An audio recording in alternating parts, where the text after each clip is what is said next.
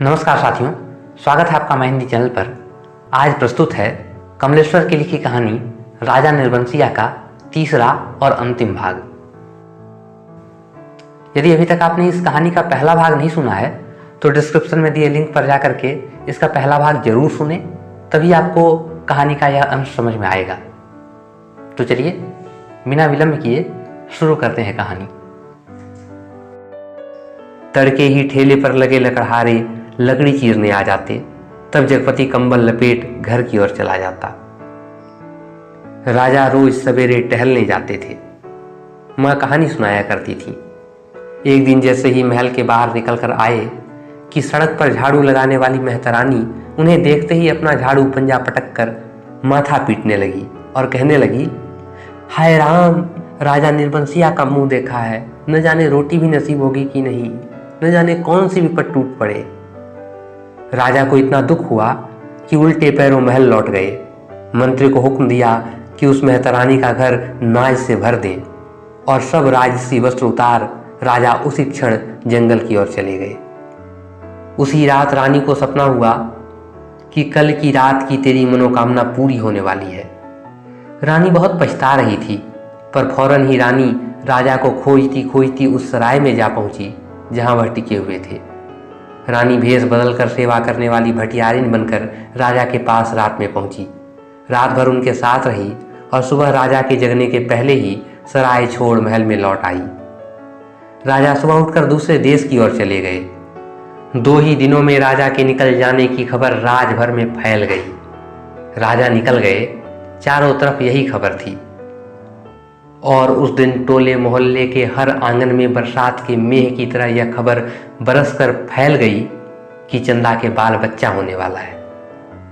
नुक्कड़ पर जमुना सुनार की कोठरी में फिकती सुरही रुक गई। मुंशी जी ने अपना मिजान लगाना छोड़ विस्फारित नेत्रों से ताक कर खबर सुनी। बंसी किराने वाले ने कुएं में आधी गई रस्सी खींच डोल मन पर पटक कर सुना। सुदर्शन दर्जी ने मशीन के पहिए को हथेली से रगड़ कर रोक कर सुना और हंसराज पंजाबी ने अपनी नील लगी मलगुजी कमीज की आस्तीनें चढ़ाते हुए सुना। और जगपति की बेवा चाची ने औरतों के जमघट में बड़े विश्वास पर भेद भरे स्वर में सुनाया, आज 6 साल हो गए शादी को, न बाल न बच्चा, न जाने किसका पाप है पेट में और किसका होगा सिवा उस मुस्टंडे कंपोटर के। न जाने कहां से कुलच्छनी इस मोहल्ले में आ गई। इस गली की तो पुश्तों से ही मर्याद रही है कि गैर मर्द औरत की परछाई तक नहीं देख पाए। यहाँ के मर्द तो बस अपनी घर की औरतों को जानते हैं, उन्हें तो पड़ोसी के घर की जनानियों की गिनती तक नहीं मालूम। यह कहते कहते उनका चेहरा तमतमा गया और तब औरतें देवलोक की देवियों की तरह गंभीर बनी अपनी पवित्रता की महानता की बोझ से दबी धीरे धीरे खिसक गई। सुबह यह खबर फैलने से पहले जगपति टाल पर चला गया था, पर सुनी उसने भी आज ही थी। दिन भर वह तख्त पर कोने की ओर मुंह किए पड़ा रहा। न ठेले की लकड़ियां चिराई, न बिक्री की ओर ध्यान दिया, न दोपहर का खाना खाने के लिए घर गया। जब रात अच्छी तरह फैल गई, वह हिंसक पशु की भांति उठा। उसने अपनी उंगलियां चटकाई, मुट्ठी बांधकर बांह का जोर देखा तो नसें तनी और बांह में कठोर कंपन सा हुआ। उसने 3-4 पूरी सांस खींची और मजबूत कदमों से घर की ओर चल पड़ा। मैदान खत्म हुआ, कंकड़ की सड़क आई, सड़क खत्म हुई, गली आई, पर गली के अंधेरे में घुसते ही वह सहम गया, जैसे किसी ने अदृश्य हाथों से उसे पकड़कर सारा रक्त निचोड़ लिया हो। उसकी फटी हुई शक्ति की नस पर हिम शीतल होठ रखकर सारा रस चूस लिया हो और गली के अंधेरे की हिकारत भरी कालिख और भी भारी हो गई, जिसमें घुसने से उसकी सांस रुक जाएगी, घुट जाएगी। वह पीछे मुड़ा पर रुक गया। फिर कुछ संयत होकर वह चारों तरफ निःशब्द कदमों से किसी तरह घर की भीतरी देहरी पर पहुंच गया। दाईं ओर की रसोई वाली दहलीज में कुप्पी टिमटिमा रही थी और चंदा अस्त व्यस्त सी दीवार से सिर टेके शायद आसमान निहारते निहारते सो गई थी। कुप्पी का प्रकाश उसके आधे चेहरे को उजागर किए था और आधा चेहरा गहन कालिमा में डूबा अदृश्य था। वह खामोशी से खड़ा ताकता रहा चंदा के चेहरे पर नारित्व की प्रौढ़ता आज उसे दिखाई दी।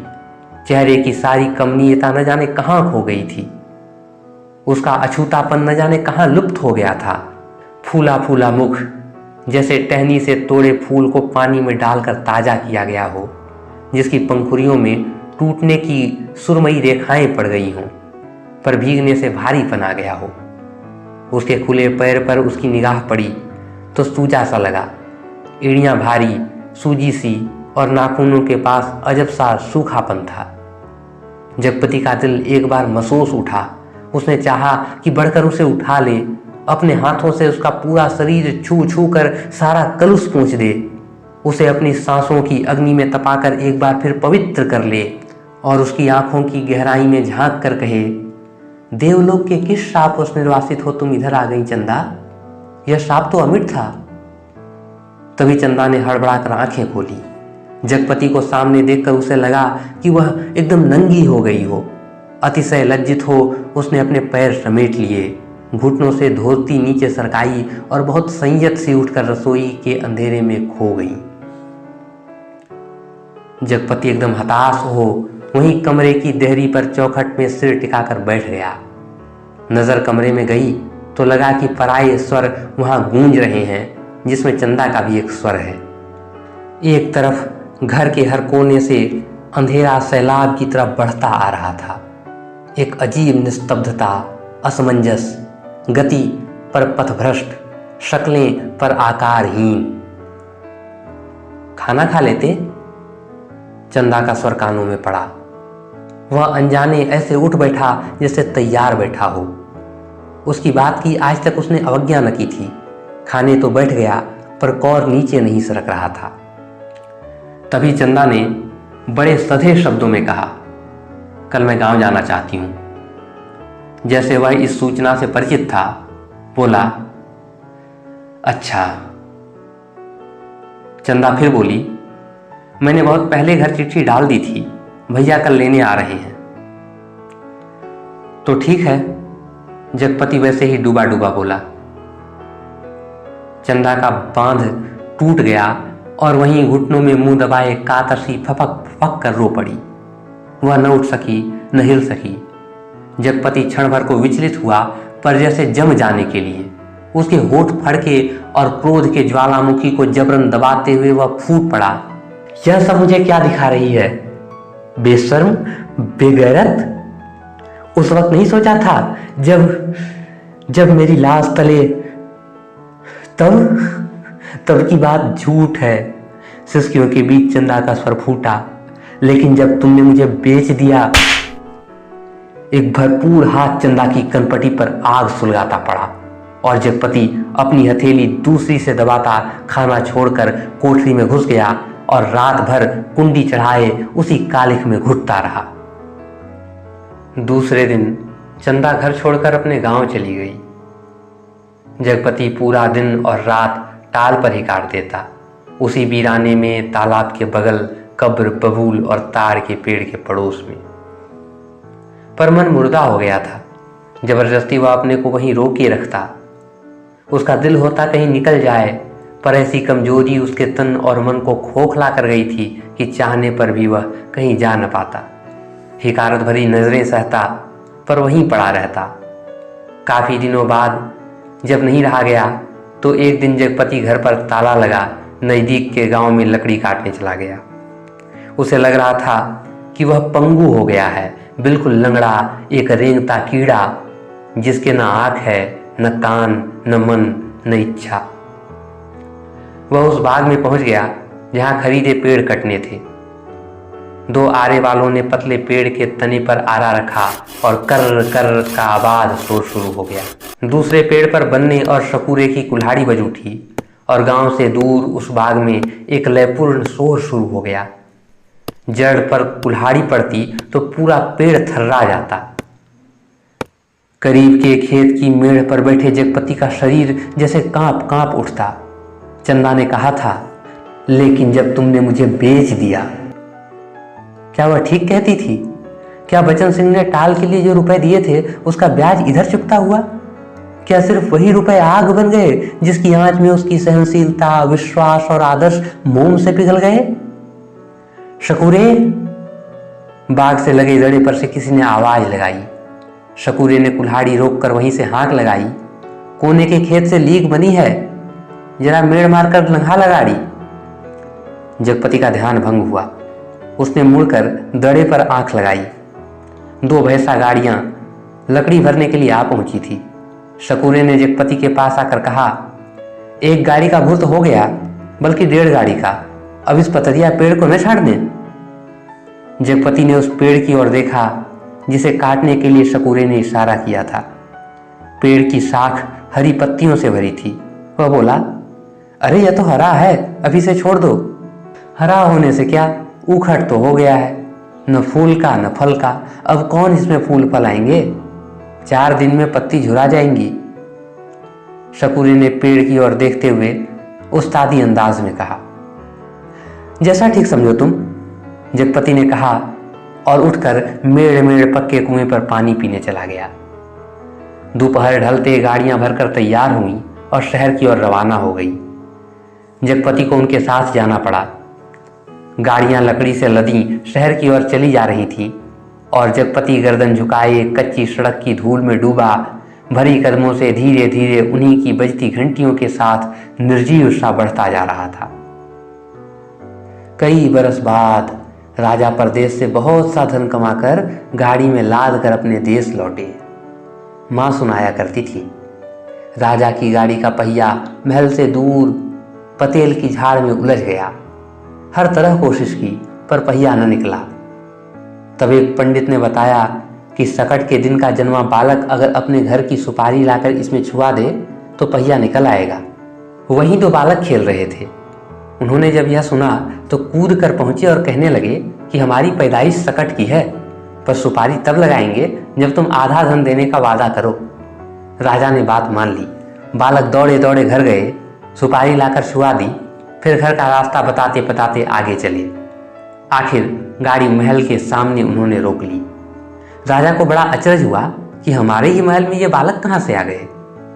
भीतर पहुंचे तो रानी खुशी से बेहाल हो गई। पर राजा ने पहले उन बालकों के बारे में पूछा तो रानी ने कहा कि ये दोनों बालक तो उन्हीं के राजकुमार हैं। राजा को विश्वास नहीं हुआ। रानी बहुत दुखी हुई। गाड़ियां जब टाल पर आकर लगीं और जगपति तख्त पर हाथ पैर ढीले करके बैठ गया तो पगडंडी से गुजरते मुंशी जी ने उसके पास आकर बताया, अभी उस दिन वसूली में तुम्हारी ससुराल के नजदीक के गांव में जाना हुआ तो पता लगा कि 15-20 दिन हुए चंदा को लड़का हुआ है।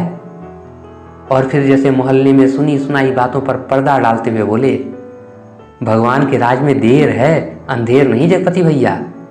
जगपति ने सुना तो पहले उसने गहरी नजरों से मुंशी जी को ताका, पर वह उनके तीर का निशाना ठीक ठीक नहीं खोज पाया। पर सब कुछ सहन करते हुए बोला, देर और अंधेर दोनों हैं। अंधेर तो सरासर है, तिरिया चरित्र है सब, बड़े बड़े हार गए।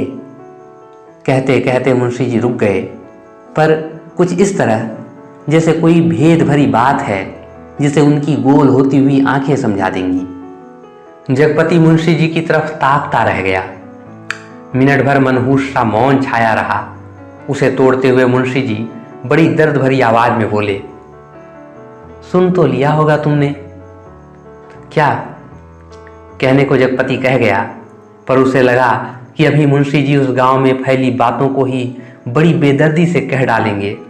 उसने नाहक पूछा। तभी मुंशी जी ने उसकी नाक के पास मुंह ले जाते हुए कहा, चंदा दूसरे के घर बैठ रही है, कोई मधुसूदन है कहीं का, पर बच्चा दीवार बन गया है। चाहते तो वे यही हैं कि मर जाए तो रास्ते खुले, पर राम जी की मर्जी। सुना है बच्चा रहते भी वह चंदा को बैठाने को तैयार है। जगपति की सांस गले में अटक कर रह गई। बस आंखें मुंशी जी के चेहरे पर पथराई सी जड़ी थी। मुंशी जी बोले, अदालत से बच्चा तुम्हें मिल सकता है, अब काहे का शर्म लिहाज। अपना कहकर किस मुंह से मांगू बाबा, हर तरफ तो कर्ज से दबा हूं, तन से, मन से, पैसे से, इज्जत से किसके बल पर दुनिया संजोने की कोशिश करूं? कहते कहते वह अपने में खो गया। मुंशी जी वहीं बैठ गए। जब रात झुक आई तो जगपति के साथ ही मुंशी जी उठे, उसके कंधे पर हाथ रखे वे उसे गली तक लाए। अपनी कोठरी आने पर पीठ सहलाकर उन्होंने उसे छोड़ दिया। वह गर्दन झुकाए गली के अंधेरे में उन्हीं ख्यालों में डूबे ऐसे चलता आया जैसे कुछ हुआ ही न हो, पर कुछ ऐसा बोझ था जो न सोचने देता था न समझने। जब चाची की बैठक के पास से गुजरने लगा तो सहसा उसकी कानों में भनक पड़ी, आ गए सत्यानाशी कुलबोधन। उसने जरा नजर उठाकर देखा तो गली की चाची भौजाइयाँ बैठक में जमा थीं और चंदा की चर्चा छिड़ी थी, पर वह चुपचाप निकल गया। इतने दिनों बाद ताला खोला और बरोठे के अंधेरे में कुछ सूझ न पड़ा तो एकाएक वह रात उसकी आंखों के सामने घूम गई जब वह अस्पताल से चंदा के साथ लौटा था। बेवा चाची का वह जहर बुझा तीर, राजा निर्वंशी अस्पताल से लौट आए हैं और आज सत्यानाशी कुलबोधन और स्वयं उसका वह वाक्य जो चंदा को छेड़ गया था, तुम्हारे कभी कुछ न होगा।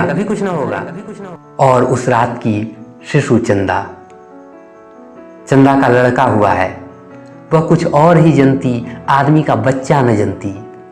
वह कुछ और ही बनती, कंकड़ पत्थर, वह नारी न बनती, बच्ची ही बनी रहती उस रात की शिशु चंदा। पर चंदा यह सब क्या करने जा रही है? उसके जीते जी वह दूसरे के घर बैठने जा रही है। कितने बड़े पाप में धकेल दिया चंदा को, पर उसे भी तो कुछ सोचना चाहिए। आखिर क्या? पर मेरे जीते जी तो यह सब अच्छा नहीं। वह इतनी घृणा बर्दाश्त करके भी जीने को तैयार है या मुझे जलाने को?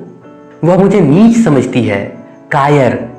नहीं तो एक बार खबर तो लेती, बच्चा हुआ तो पता लगता। पर नहीं, वह उसका कौन है? कोई भी नहीं। औलाद ही तो वह स्नेह की धुरी है जो आदमी औरत के पहियों को साध कर तन के दलदल से पार ले जाती है। नहीं तो हर औरत वैश्या है और हर आदमी वासना का कीड़ा। तो क्या चंदा औरत नहीं रही? वह जरूर औरत थी, पर स्वयं मैंने उसे नरक में डाल दिया। वह बच्चा मेरा कोई नहीं, पर चंदा तो मेरी है। एक बार उसे ले आता, फिर यहाँ रात के मोहक अंधेरे में उसके फूल से अजरों को देखता, निर्द्वंद सोई पलकों को निहारता, सांसों की दूध सी अछूती महक को समेट लेता। आज का अंधेरा, घर में तेल भी तो नहीं जो दिया जला ले। और फिर किसके लिए कौन जलाए? चंदा के लिए? पर उसे तो बेच दिया था। सिवा चंदा के कौन सी संपत्ति उसके पास थी जिसके आधार पर कोई उसे कर्ज देता? कर्ज न मिलता तो यह सब कैसे चलता? काम, पेड़ कहां से कटते? और तब शकूरे के वे शब्द उसके कानों में गूंज गए, हरा होने से क्या, ऊखट तो हो गया है। वह स्वयं भी तो एक ऊखट पेड़ है, न फल का न फूल का, सब व्यर्थ ही तो है। जो कुछ सोचा उस पर कभी विश्वास न कर पाया। चंदा को चाहता रहा पर उसके दिल में चाहत न जगा पाया। उसे कहीं से एक पैसा मांगने पर डांटता रहा पर खुद लेता रहा। और आज वह दूसरे के घर बैठ रही है, उसे छोड़कर। वह अकेला है, हर तरफ बोझ है जिसमें उसकी नस नस कुचली जा रही है, रग रग फटी जा रही है। और वह किसी तरह टटोल टटोल कर भीतर घर में पहुंचा। रानी अपने कुल देवता के मंदिर में पहुंची। मां सुनाया करती थी, अपने सतीत्व को सिद्ध करने के लिए उन्होंने घोर तपस्या की। राजा देखते रहे। कुल देवता प्रसन्न हुए और उन्होंने अपनी दैवी शक्ति से दोनों बालकों को तत्काल जन्मे शिशु में बदल दिया। रानी की छातियों में दूध भर आया और उनमें से धार फूटी जो शिशुओं के मुंह में गिरने लगी। राजा को रानी के सतीत्व का सबूत मिल गया। उन्होंने रानी के चरण पकड़ लिए और कहा कि तुम देवी हो, ये मेरे पुत्र हैं। और उस दिन से राजा ने फिर से राजकाज संभाल लिया। पर उसी रात जगपति अपना सारा कारोबार त्याग अफीम और तेल पीकर मर गया, क्योंकि चंदा के पास कोई दैवी शक्ति नहीं थी और जगपति राजा नहीं, बचन सिंह कंपाउंडर का कर्जदार था। राजा ने 2 बातें की, मां सुनाती थी। एक तो रानी के नाम से उन्होंने बहुत बड़ा मंदिर बनवाया और दूसरे राजा के नए सिक्कों पर बड़े राजकुमार का नाम खुदवाकर चालू किया, जिससे राजभर में अपने उत्तराधिकार की खबर हो जाए। जगपति ने मरते वक्त 2 पर्चे छोड़े, एक चंदा के नाम, दूसरा कानून के नाम। चंदा को उसने लिखा था, चंदा, मेरी अंतिम चाह यही है कि तुम बच्चे को लेकर चली आना। अभी 1-2 दिन मेरी लाश की दुर्गति होगी, तब तक तुम आ सकोगी? चंदा, आदमी को पाप नहीं पश्चाताप मारता है। मैं बहुत पहले मर चुका था, बच्चे को लेकर जरूर चली आना। कानून को उसने लिखा था, किसी ने मुझे नहीं मारा है, किसी आदमी ने नहीं। मैं जानता हूं कि मेरे जहर की पहचान करने के लिए मेरा सीना चीरा जाएगा। उसमें जहर है, मैंने अफीम नहीं रुपए खाए हैं। उन रुपयों में कर्ज का जहर था, उसी ने मुझे मारा है। मेरी लाश तब तक न जलाई जाए जब तक चंदा बच्चे को लेकर ना आ जाए, आग बच्चे से दिलवाई जाए, बस। माँ जब कहानी समाप्त करती थी तो आसपास बैठे बच्चे फूल चढ़ाते थे। मेरी कहानी भी समाप्त हो गई, पर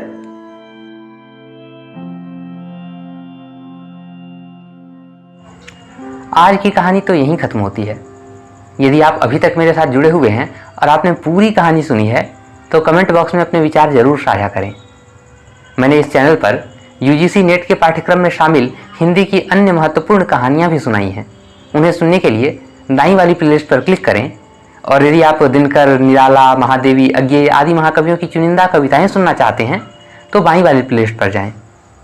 और यदि आपको मेरे वीडियोस काम के लगें तो चैनल ज़रूर सब्सक्राइब करें। मिलते हैं बहुत जल्द अगले वीडियो में।